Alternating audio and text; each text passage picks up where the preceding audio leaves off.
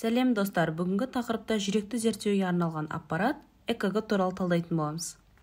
ЭКГ дегеніміз не? Ол жүрек жұмысы нәтижесінде туындайтын және дене беткейіндегі электр потенциалының әртүрлі өзгерістерінің графикалық көрінісін айтамыз.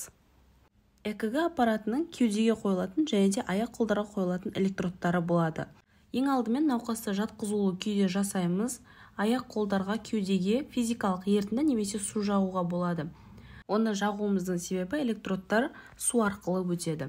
Ең алдымен оң қолға қызыл түсті, сол қолға сары түсті, сол аяққа жасыл түсті, оң аяққа қара түстін қоямыз. Қара түсті ол жердің қызметін атқарады, яғни қорғаныш қызметі. Егер қара түстіде электрод болатын болса, ол адамды ұрып кетуі мүмкін. Яғни светофор деп жаттап алсаңыздар болады. Кеудеге қойылатын электродтар, олар ең алдымен бірінші электрод оң жақтан 4-ші қабырға аралықта, екінші электрод сол жақтан 4-ші қабырға аралықта, одан кейін 4-ші электродты сол жақ бұғана ортаңғы сызығымен 5-ші қабырға аралыққа қойып аламыз. 3-ші электродта 2 мен 4-тің аралығына қойылады. 5-ші электрод ол қолтықтың алдыңғы сызығымен 5-ші қабырға аралыққа, 6-ші электрод ол қолтықтың ортаңғы сызығымен 5-ші қабырға аралыққа қойылады. Жүрек автоматизмін айта кетейік. Жүрек автоматизмі, яғни жүрек өз-өзінен импульс шығарады. Ең алдымен синатралды түйінен басталады. Ол оң жақ жүрекшеде орналасады. Импульс бірінші оң жақ жүрекшеге, одан кейін сол жақ жүрекшеге беріледі. Сосын атриовентикулярлы түйінге ары қарай гис шоғыр арқылы гис аяқшалары мен Пуркине талшықтарынан аяқталады. ЭКГ аппараты бізге осындай қағазды шығарып береді. Біз әрқайсысын талдап өтейік. Суретте берілген бұны Эйнховен үшбұрышы деп айтамыз. Яғни электродтарды оң қолға қызыл қойдық, сол қолға сары, сол аяққа жасыл, оң аяққа қара қойдық. Яғни бұл жердегі қызыл қойғанымыз AVR, яғни жүректі оң жағынан қарап тұрады. AVL left, яғни сол жақтан, жүректі сол жағынан қарап тұрады. AVF ол астыңғы жақтан қарап тұрады. Бұл жердегі бір дегеніміз AVR мен AVL-дің арасы, яғни оң жақтан сол жаққа қарай жүректі толықтай кесіп қарап тұрады. AVR мен AVF, яғни ол жердің аралығы екінші отведение, яғни оң қол мен сол аяқтың аралығында қарайды.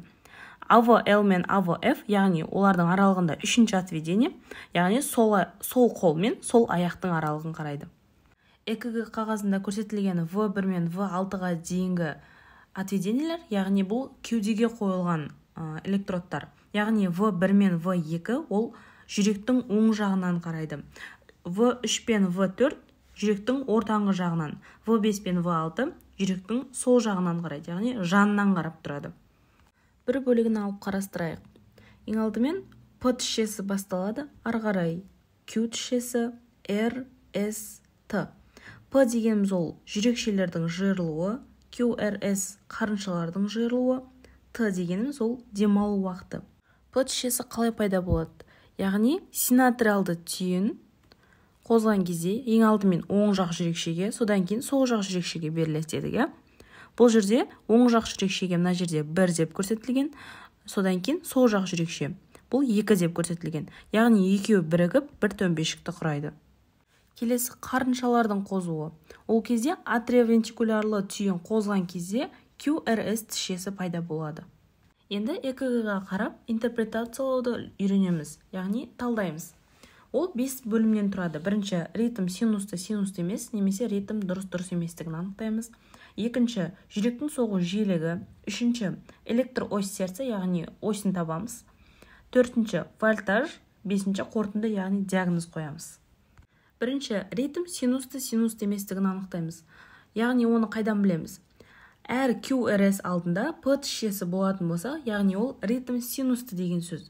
Егер әр QRS алдында P тішесі болмаса, синусты емес деп айтамыз. Ритм синусты емес. Келесі ритм дұрыс еместігін анықтаймыз. Ритм дұрыс деп, екі RR-дің арасы қашықтықтары бірдей болатын болса, ритм дұрыс деп айтамыз. Ал егер қашықтықтары әртүрлі санда болса, яғни үлкен тор көздері әртүрлі санда болса, ритм дұрыс емес деп қоямыз. Екінші жүректің соғу жиілігі. Яғни ол нормада 60 пен 80-ның аралығын құрайды. 60-тан төмен болса брадикардия, 80-нен жоғары болса ол тахикардия деп айтылады. Оны қалай есептейміз? Яғни ЭКГ-да 50 мм жылдамдықта және де 25 мм жылдамдықта түсіріледі. 50 мм жылдамдықта түсірілген болса, 600-ді бөлеміз. Яғни мына жерде екі РР-дің арасында қанша үлкен тор көз болса, соншаға бөлеміз. Егер мысалы осы жерде 25 мм жылдамдықта түсірілген болса, яғни 300-ді бөлеміз 5-ке, тең 60. Яғни бұл қалыпты жағдайда. Келесі электроось сердце, яғни жүректің осі деген сөз. Біз қалыпты жағдайда екінші отведениеге қараймыз, ортасындағы. Яғни 1 мен 3-ке қарағанда екінші отведениеде R тішесі үлкен болу қажет. Ол қалыпты жағдайда.